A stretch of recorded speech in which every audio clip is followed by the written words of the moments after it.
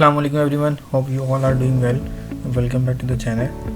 And आज एक बहुत इंपॉर्टेंट बात शेयर करनी है, होपफुली कि ये बाकी स्टूडेंट्स के लिए जो HSE यूनिवर्सिटी में अप्लाई कर रहे हैं स्कॉलरशिप के लिए फॉर डिफरेंट प्रोग्राम्स, उनको ये हेल्प करेगी क्योंकि अभी इसकी डेडलाइन है 1 मार्च की जो है इसकी डेडलाइन है। तो हमारे पास काफ़ी टाइम है इस मिस्टेक को कम करने के लिए, इस मिस्टेक से बचने के लिए, क्योंकि मैं फ़ेस कर चुका हूँ। तो इसीलिए मैं वीडियो बना रहा हूँ ताकि और जो स्टूडेंट्स इस यूनिवर्सिटी में अप्लाई कर रहे हैं, इस स्कॉलरशिप के लिए अप्लाई कर रहे हैं HSE यूनिवर्सिटी में, तो वो अगर उन्होंने ये मिस्टेक की है तो वो इसको सही कर लें। अगर वो अप्लाई करने जा रहे हैं तो वो इस मिस्टेक को याद रखें और जब वो फिल आउट करें फॉर्म तो ये मिस्टेक ना करें, ठीक है।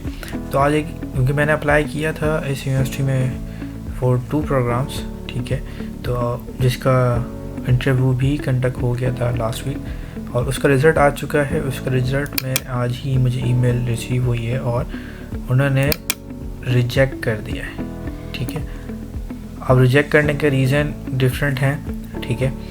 तो उसमें तो कुछ रीज़न है जो मैं बता रहा हूँ और जो मैंने मिस कर दिए थे जब मैं अप्लाई कर रहा था, और मुझे अब रियलाइज़ हुआ कि मुझे उस वक्त दिखना चाहिए था, वो मैंने मिस कर दिए। तो शायद ये जो रिज़ल्ट है वो डिफरेंट होता, बट अभी भी चांस है क्योंकि मैंने 2 प्रोग्राम्स में अप्लाई किया था, जिसमें से एक प्रोग्राम में इंटरव्यू और फर्दर चीज़ें थी और एक में जो है वो इंटरव्यू नहीं है, ठीक है। तो सेकंड का अभी रिज़ल्ट आना है, अभी ये फर्स्ट का रिज़ल्ट आया है।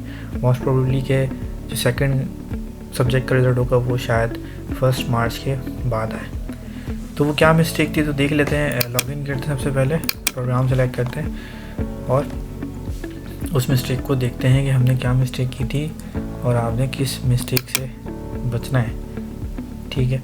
तो नोट कर लीजिएगा अपने पास, क्योंकि काफ़ी बच्चों को प्रॉब्लम हो सकती है। उन्होंने फिल आउट कर दिया, अगर आपने सबमिट कर दिया तो मसला नहीं, अब तो वो सबमिट हो गया। बट अगर आपने सबमिट नहीं किया तो फिर आप इसको सही कर सकते हैं, ठीक है। अच्छा देखिए, ये फर्स्ट प्रोग्राम है जिसका रिज़ल्ट अभी नहीं आया है, इसके स्कोर अभी जो है वो 0 हैं, ठीक है।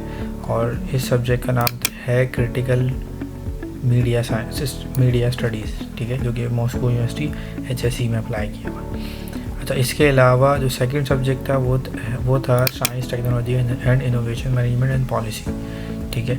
अब इस सब्जेक्ट में इन्होंने मार्किंग दे दी है, ठीक है। मोटिवेशन लेटर के 10 मार्क्स दिए हैं, रिज्यूमे के 10 मार्क्स दिए हैं, ठीक है। बाकी जो है यहाँ 0 मार्क्स दिए इन्होंने, और लेटर ऑफ रिकमेंडेशन के 5 मार्क्स दिए हैं, 5 ही थे इसके मार्क्स, और इंटरव्यू के 5 मार्क्स इन्होंने दिए हैं, ठीक है। तो टोटल 30 मार्क्स है, तो ये 100 मार्क्स का होता है, ठीक है, आपका पोर्टफोलियो पर सब्जेक्ट। तो ये जो बाकी 0 मार्क्स आए हैं तो वो मैं बताता हूँ क्यों आए, ठीक है।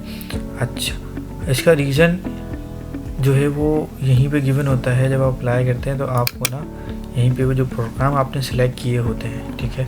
फॉर एग्जांपल ये जो 2 प्रोग्राम थे, देखो यहाँ पे अपडेट भी हो गया कि ये जो रिजेक्ट हो गई है आपकी एप्लीकेशन इस सब्जेक्ट के लिए, इसमें आपने टोटल 30 मार्क्स अर्न किए हैं और इंटरव्यू आपका 17 को लिया गया था, ठीक है। अच्छा, 2 जो सब्जेक्ट थे, एक सब्जेक्ट तो ये है, ठीक है, पोर्टफोलियो क्राइटेरिया आपने सबसे पहले देखना है, और एक सब्जेक्ट जो है वो हमारा ये था, ठीक है। अब हमने क्या करना है, हमने देखना है जब हम सबमिट करें डॉक्यूमेंट तो हमने चेक करना है कि हमने पोर्टफोलियो क्राइटेरिया को मीट कर रहे हैं या नहीं मीट कर रहे हैं, ठीक है।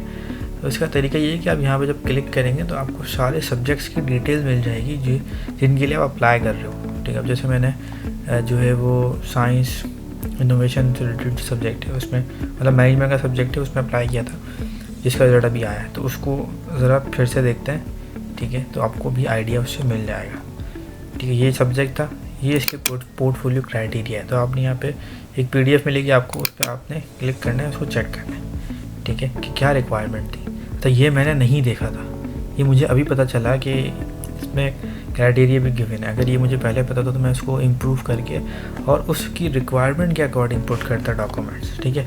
अब जैसे कि यहाँ पे फर्स्ट जो है डॉक्यूमेंट वो कॉपीज़ है जो कि अपलोड करनी है, इससे कोई मार्किंग नहीं है, ठीक है, 0 है, उसकी मार्किंग कोई नहीं होगी। टोटल 100 मार्क्स मिलेंगे, 100 पॉइंट्स की मार्किंग है पोर्टफोलियो की, ठीक है। सेकंड आपके पास है लेटर ऑफ मोटिवेशन। अच्छा, ये लेटर ऑफ मोटिवेशन यहाँ क्लियरली लिखा हुआ है अप टू 3000 वर्ड्स, मतलब 3000 लेटर्स, ठीक है। तो ये बड़ा ध्यान से लिखना था आपने, और इसमें पॉइंट्स भी दिए गए थे जो कि आपने फॉलो करने थे। तो मैंने ये देखा ही नहीं, तो मैंने फॉलो भी नहीं किया। इसके 35 मार्क्स थे और मुझे 5 मार्क्स मिले इसमें, ऑब्वियसली वो बनता भी है, ठीक है। अच्छा, लेटर, और इसके अलावा आपने देखें मैंने हार्डली जो पेपर दिया था मोटिवेशन लेटर वो 1 पेज का था, ठीक है, वो नॉर्मल हो जाता है। बट यहाँ रिक्वायरमेंट थी तो रिक्वायरमेंट के अकॉर्डिंग होना चाहिए था, बट वैसा नहीं था, इसीलिए रिजेक्शन हुई। उसमें क्या क्या चीज़ें लिखी थी वो मैंने नहीं लिखी, ठीक है। सेकंड पॉइंट है रेज्यूमे का, ठीक है, जो कि सर्कुलर विटा आपकी CV है, ठीक है। तो CV में भी चीज़ें जो है इन्होंने प्रोवाइड की गई थी कि आपने क्या क्या चीज़ें मेंशन करनी है, ठीक है, जिसमें उन्होंने मुझे 5 मार्क्स, आई गेस 10 मार्क्स दिए, 10 मार्क्स दिए, जिसमें से काफ़ी चीज़ें मैंने इसमें मिसिंग थी जो कि मैंने नहीं ऐड की हुई थी। जो डॉक्यूमेंट आपने अपलोड किए हैं वो आपने सारे उस CV में मेंशन भी करने हैं, ठीक है, और कोई और रिकॉर्ड हो वो भी आपने मेंशन करना है। तो ये चीज़ मैंने मिस करी थी, ठीक है। यूरोपियन फॉर्मेट तो खैर था, बट ये जो बाकी चीज़ें थी मतलब जो हमने प्रोवाइड की हैं वो उसमें मेंशन नहीं थी, ठीक है। मतलब जो सर्टिफिकेशन थी वो उस तरह से मेंशन नहीं थी, जो कि यहाँ पे बताया भी है कि आपने पुट करनी है डिटेल सारी, ठीक है। फिर ये तो ठीक है, ये हो गया। इन्होंने मुझे इसमें 5 नंबर दिए, मतलब कि इन्होंने मुझे सिर्फ एक ही सवाल पूछा था कि आप जो है वो क्यों आना चाह रहे हैं इस यूनिवर्सिटी में, इस स्कॉलरशिप पे आप क्यों आना चाह रहे हैं, और आपने यही सब्जेक्ट क्यों चूज़ किया है, ठीक है। तो आपसे भी इसी तरह से 1-2 सवाल ही होंगे, और नेक्स्ट क्वेश्चन ये होगा कि आपको अगर हमसे कुछ पूछना है तो आप हमसे क्वेश्चन कर सकते हैं, तो आप उनसे क्वेश्चन करेंगे, ठीक है। सेकेंड पे उसके बाद है साइंटिफिक वर्क और आर्टिकल या रिसर्च प्रोजेक्ट, कोई पेपर पब्लिश हुआ है, आपका कोई पब्लिकेशन है, तो वो यहाँ पे आपने ऐड करनी, जो कि मैंने मिस कर दी क्योंकि मेरा पेपर ऑलरेडी पब्लिश है और मैंने यहाँ पे मिस कर दिया, इसके मार्क्स कट हो गए।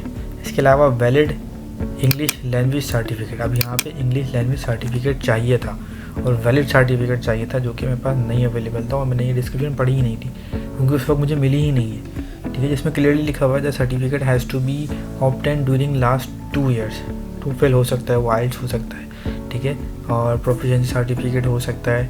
तो आपको यहाँ पे इंग्लिश प्रोफिशिएंसी का सर्टिफिकेट चाहिए था, ठीक है, जो कि आइल्स हो सकता था, TOEFL हो सकता था, या कोई और कैम्ब्रिज वगैरह से जो आपको सर्टिफिकेट ये अर्न करना था, ठीक है। फिर है लेटर ऑफ रिकमेंडेशन, तो 2 रिकमेंडेशन आपने पुट करने थे प्रोफेसर की, वो मैंने प्रोवाइड किए हुए थे, इसके मार्क्स मिले। तो इन बेसिस पे जो है वो मार्किंग हुई है और वो मार्क्स कटे हैं जो कि सही कटे हैं, ठीक है। तो मैं वीडियो बनाने का मकसद यही कि आप लोग जो है वो ये मिस्टेक ना करें। अगर आप लोग अप्लाई कर रहे हैं या आपने अप्लाई कर दिया है, अब अगर अप्लाई कर दिया है तब तक वो वेट करना पड़ेगा। अगर आपने अप्लाई नहीं किया या करने वाले तो ये मिस्टेक ज़रूर जो है ना चेक करें कि आपने तो नहीं की है मिस्टेक, ठीक है, और अगर आपने की है तो आप उसको सही कर सकते हैं, तो बिल्कुल सही करें। अब आप दूसरे कोई और सब्जेक्ट भी देखें, जैसे कि एक सब्जेक्ट और जो मैंने सेलेक्ट किया हुआ है जो कि मीडिया से रिलेटेड है, वो भी हम अभी यहाँ पे देख लेते हैं। आप अपना जो सब्जेक्ट है जिसमें आप स्टडी करना चाह रहे हैं वो यहाँ से आप आके देख सकते हैं, उसका पोर्टफोलियो क्राइटेरिया यहाँ पे आके देख सकते हैं, यहाँ से आपको सारी डिटेल्स मिल जाएंगी, ठीक है। तो आपने फिर उसी के अकॉर्डिंग जो है ना आपने बनाना है हर चीज़ को। मोटिवेशन लेटर ज़रूरी नहीं है कि हर सब्जेक्ट के लिए 3000 वर्ड या 3000 लेटर्स का ही हो, ठीक है। कुछ के लिए शायद वो 750 का हो, कुछ के लिए वो 500 का ही हो, ठीक है, क्योंकि मैंने चेक किया तो सबका डिफरेंट है। तो आपने पढ़ना है अच्छे से जिस भी सब्जेक्ट के लिए आप अप्लाई करें। आप देखें जैसे कि क्रिटिकल मीडिया साइंस की जो पोर्टफोलियो की रिक्वायरमेंट है या क्राइटेरिया वो डिफरेंट है, ठीक है, लास्ट सब्जेक्ट से। अब यहाँ पे जो CV है उसकी डिटेल डिफरेंट है, ठीक है, और उसके पॉइंट्स भी डिफरेंट हैं, ठीक है। और पर्सनल स्टेटमेंट है, उसमें पर्सनल स्टेटमेंट नहीं थी, इसमें पर्सनल स्टेटमेंट भी आपने लिखनी है, ठीक है। उसमें क्या क्या चीज़ें लिखनी है वो सारा यहाँ पे मेंशन है। रिसर्च स्टेटमेंट आपने लिखनी है, ठीक है, वो 35 मार्क्स की है। वो रिसर्च स्टेटमेंट में आपने क्या क्या लिखना है वो सब यहाँ मेंशन है, ठीक है।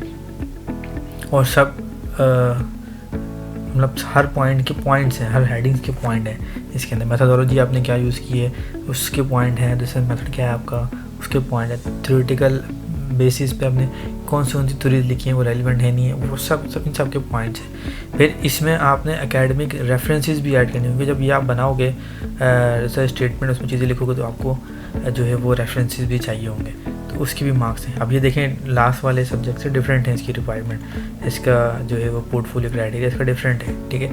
तो हर सब्जेक्ट का इसी तरह डिफरेंट है, ठीक है। तो आपने चेक करना है अप्लाई करने से पहले, ठीक है। कोई और सब्जेक्ट भी अगर हम यहाँ पे हम देखते हैं तो तो आप अप्लाई करने से पहले ज़रूर जो है ये पोर्टफोलियो क्राइटेरिया पढ़ें। ये मेंशन भी है आपके पोर्टल पे, यहाँ पे आपको ऊपर ही जो है वो दिख जाएगा पोर्टफोलियो क्राइटेरिया, और यहाँ पे आके आप इस तरह से चेक कर सकते हैं कि आपके सब्जेक्ट का क्या पोर्टफोलियो क्राइटेरिया है। आपने जो डॉक्यूमेंट सबमिट करने हैं वो किस क्राइटेरिया की बेस पे सबमिट करने हैं, और आपका सिलेक्शन किस बेस पे होगा, आपको मार्किंग जो है वो किस बेस पे दी जाएगी। तो होपफुली कि ये आपको वीडियो पसंद आई होगी।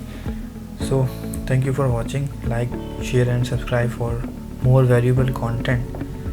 But if you need professional support you can DM me, and मैं आपको फिर उसी तरह से गाइड कर दूंगा इंशाल्लाह, इतना हो सकेगा। And see you in the next video. अल्लाह हाफिज़।